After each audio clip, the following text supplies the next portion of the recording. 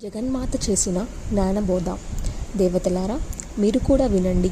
విన్నవారందరూ నా రూపాన్ని పొందుతారు. హిమాలయ ఆదిలో నేనే ఉన్నాను. మరొకటి లేనే లేదు. అది ఆత్మరూపం. దానికి చిత్తు, సంవిత్తు, పరబ్రహ్మ అని పేర్లు. అది అప్రతర్క్యం, అనిర్దేశ్యం, అనౌపమ్యం, అనామయం.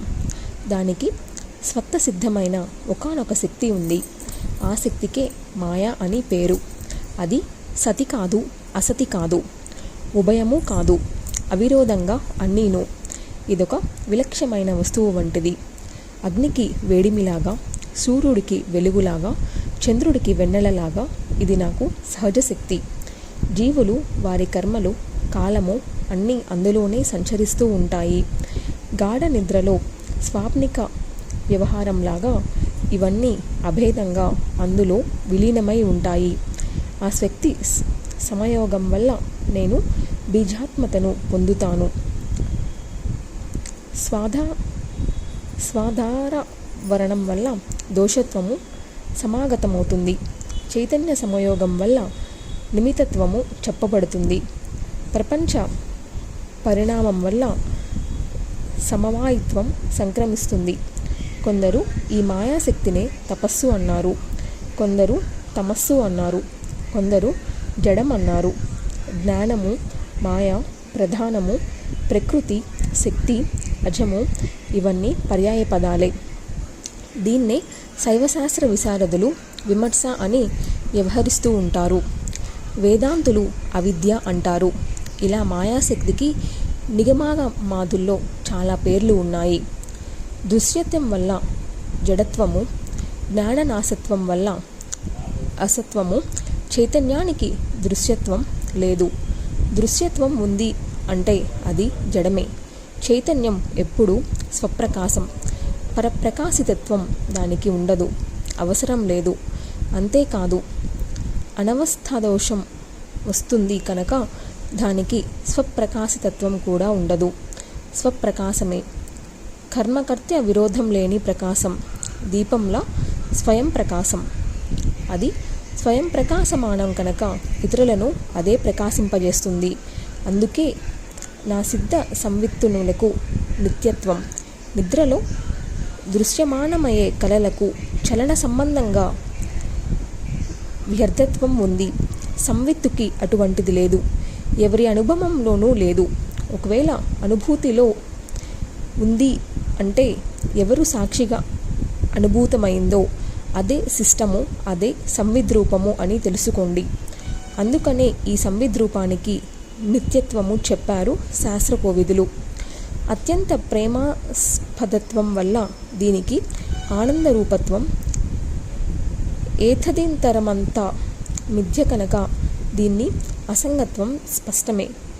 ఇది అపరిచ్ఛిన్నం, కేవలం జ్ఞానం, ఆత్మధర్మం కాదు. అలా అన్నామంటే ఆత్మకు జడత్వం వచ్చి పడుతుంది. జ్ఞానానికి జడశేత్వం కన్నది కాదు, విన్నది కాదు, అసంభవం. అలాగే చిధర్మం అనడానికి వీలు లేదు. చిత్తు కేవలం అభిన్నం. అందుచేత ఆత్మ అనేది జ్ఞానరూపం, సుఖరూపం. అది సత్యం, పూర్ణం, అసంగం, ద్వైత జలా వివర్జితం. సంస్కారం జన్యమైన కామకర్మ కాల విపకాదులన్నీ మాయ వల్ల ఆవిర్భవిస్తూ ఉంటాయి. అవివేకము, అవిద్య, అబుద్ధి అనబడే మాయ వల్లనే వీటి సృజన జరుగుతూ ఉంటుంది. పర్వతరాజ, ఇది నా అలౌకిక రూపం. అవ్యాకృతం, అవ్యగ్రం, మాయాసబలితం. దీన్నే స్వకారణ కారణంగా శాస్త్రాలు ఉద్ఘోషిస్తున్నాయి. ఇది అన్ని తత్వాలకు ఆదితత్వం. సచ్చిదానంద రూపం, సర్వకర్మ గణీభూతము, ఇచ్ఛాజ్ఞాన క్రియాశ్రయము, హ్రీంకార మంత్ర వ్యాచము అయిన నా ఆదితత్వాన్ని నీకు ఉపదేశించాను. దాని నుంచే శబ్ద తన్మాత్ర రూపకమైన ఆకాశం ఆవిర్భవించింది. ఆకాశం నుంచి స్పర్శాత్మకమైన వాయువు, వాయువు నుంచి రూపగుణకమైన అగ్ని, అగ్ని నుంచి రసగుణకమైన జలం, జలం నుంచి గంధగుణకమైన పృథ్వీ ఆవిర్భవించాయి. వీటిలో ఆకాశం కేవల శబ్ద గుణకమైతే వాయువు శబ్దస్పర్శ గుణకం, అగ్ని శబ్ద స్పర్శ రూప గుణాత్మిత్వం, జలమేమో శబ్ద స్పర్శ రూప రసగుణాత్. పృథివికి శబ్ద స్పర్శ రూప రస గంధాలు 5 ఉంటాయి కనుక దీన్ని పంచగుణాత్మిత్వం అంటారు. ఈ పంచభూతాల కలయికతో ఏర్పడింది సృష్టి. దీన్నే మహాత్సూత్రం అంటారు. లింగము అని కూడా అంటారు. ఇది సర్వభూతాత్మకం. ఆత్మకు లింగ శరీరం, కారణ శరీరం 2 ఉంటాయి. కారణదేహం అవ్యక్తమని లోగడే చెప్పాను కదా. పంచీకరణ మార్గంలో స్థూల దేహం ఏర్పడుతుంది. పంచభూతాలు తమ తమ గుణాలతో కూడి ఇతర గుణాలతో కలవడం వల్ల ఏర్పడే స్థూల శరీరాన్నే విరాట్ దేహమని కూడా అంటారు. పంచభూతాలలో ఉండే సత్వాంశల చేత చెవులు మొదలైన ఇంద్రియాలు ఏర్పడతాయి. జ్ఞానేంద్రియాలు సమ్మిశ్రణ చేత అంతఃకరణం ఏర్పడుతుంది. ఈ అంతఃకరణం వృత్తిభేదం వల్ల 4 విధాలు. సంకల్ప వికల్పాత్మకాన్ని మనస్సు అంటారు. సంశయరహితమైన నిశ్చయ జ్ఞానాన్ని బుద్ధి అంటారు. అనుసంధాన శక్తి కలిగినది చిత్తము. అహంకార రూపమైన ఆత్మవృత్తికే అహంకారమని పేరు. రజోంశలతో రూపొందినవి కర్మేంద్రియాలు. వీటి ప్రత్యేకత సమ్మిశ్రణ వల్ల ప్రాణం అనేది 5 విధాల అవుతుంది. హృదయ స్థానంలో ఉండే వాయువుని ప్రాణము అంటారు. గుదస్థానంలో అపానం, నాభి స్థానంలో సమానం, కంఠదేశంలో ఉదానం, మిగతా సర్వ శరీరంలోనూ వ్యాపించి ఉండే వాయువుని వ్యానము అంటారు. 5 జ్ఞానేంద్రియాలు, 5 కర్మేంద్రియాలు, ప్రాణపంచకం, బుద్ధి, మనస్సు ఇవన్నీ కలిపి సూక్ష్మ శరీరం. దీనిని లింగ శరీరం అని కూడా అంటారు. ఇక ప్రకృతి అనేది 2 రకాలు. సర్వాత్మక ప్రకృతినే మాయ అంటారు. అది అవిద్యా గుణ మిశ్రితమై ఉంటుంది. స్వశ్రేయాన్ని కాపాడుకునే గుణం వల్ల దీనికి ఈ పేరు వచ్చింది. దీనిలో ఈశ్వరుడు ప్రతిబింబిస్తాడు. ఇతడు స్వాశ్రయ జ్ఞానవంతుడు, సర్వజ్ఞుడు, సర్వకర్త, సర్వానుగ్రహకారుడు.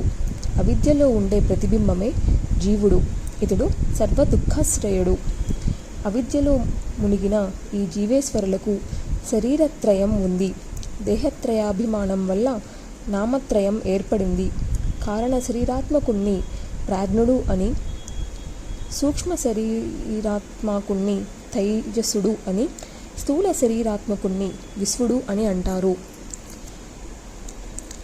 ఈశసూత్ర ఈశ్వరుడు సమష్టి రూపుడు. ఆ సర్వేశ్వరుడు జీవనాగ్రహ కాంక్షంతో సర్వభోగశ్రయంగా విశ్వాన్ని సృష్టిస్తాడు. అతడికి ఆ శక్తి ఇచ్చేది నేనే, ఆ ప్రేరణ కలిగించేది నేనే. హిమగిరీంద్ర, ఈ చరాచర జగత్తు అంతా నా మాయాశక్తికి ఆధీనమే. పరమార్థతః వాస్తవం చెప్పాలంటే నాకంటే మాయ వేరుగా లేదు. నేనే మాయ. వ్యవహారంలో మాత్రం మాయ అని, విద్య అని వేరువేరుగా చెబుతుంటారు. తత్వదృష్టిలో ఈ భేదం లేదు. ఉన్నది కేవలం నా తత్వమే. సర్వ జగత్తును సృష్టించి మాయా కర్మాది సహితులై అందులోకి నేను ప్రాణ పురస్సరంగా ప్రవేశిస్తాను. లోకాంతరంగతి మొదలైనవన్నీ నా మాయా భేదాలే. ఘటకాసుధల్లాగా నేను ఉపాధి భేదాలకు అతీతంగా ఉంటాను. ఉచ్చ నీచాది వస్తువులన్నింటినీ తన వెలుగులతో సమానంగా ప్రకాశింపజేస్తున్న సూర్యుడికి ఏ దోషాలు ఎలాగ అంటవో అలాగే నాకు ఎప్పుడూ ఏ దోషాలు అంటవు. ప్రాళయాచల బుద్ధ్యాది కర్తృత్వాన్ని కొందరు నాకు ఆపాదిస్తారు. మరికొందరు ఆత్మ అని, ఇంకొందరు కర్మ అని నాకు పేర్లు పెడతారు. ఇదంతా మాయాభేదం వల్ల ఏర్పడిన అజ్ఞాన భేదం తప్ప మరింకేమీ కాదు. అసలు జీవేశ్వర విభాగ కల్పన అనేది మాయా. ఘటకాశ మహాకాశ కల్పన వంటిదే ఇదిను. ఇలాంటిదే జీవాత్మ పరమాత్మ విభాగం కూడా. జీవబహుత్వం మాయ వల్ల ఏర్పడేదే తప్ప స్వతసిద్ధం కానే కాదు. ఈశ్వర బహుత్వము మాయయే. ఆ మాయ దేహేంద్రియాది సంఘాత భేదిత. జీవభేద కల్పనకు అవిద్య హేతువు. గుణాలు వాసనా భేదితాలు. సారాంశంగా చెబుతాను. ఏ భేద కల్పనకైనా హేతువు కేవలం మాయ, మరొకటి కానే కాదు. సృష్టి అంతా నాలో ఓతప్రోతంగా ఇమిడి ఉంటుంది. ఈశ్వరత్వం నాదే. సూత్రాత్మ విరాడాత్మ నేనే. బ్రహ్మ విష్ణు మహేశ్వరులు, వాణి లక్ష్మీ పార్వతులు, సూర్య చంద్ర తారకాదులు అన్నీ నేనే.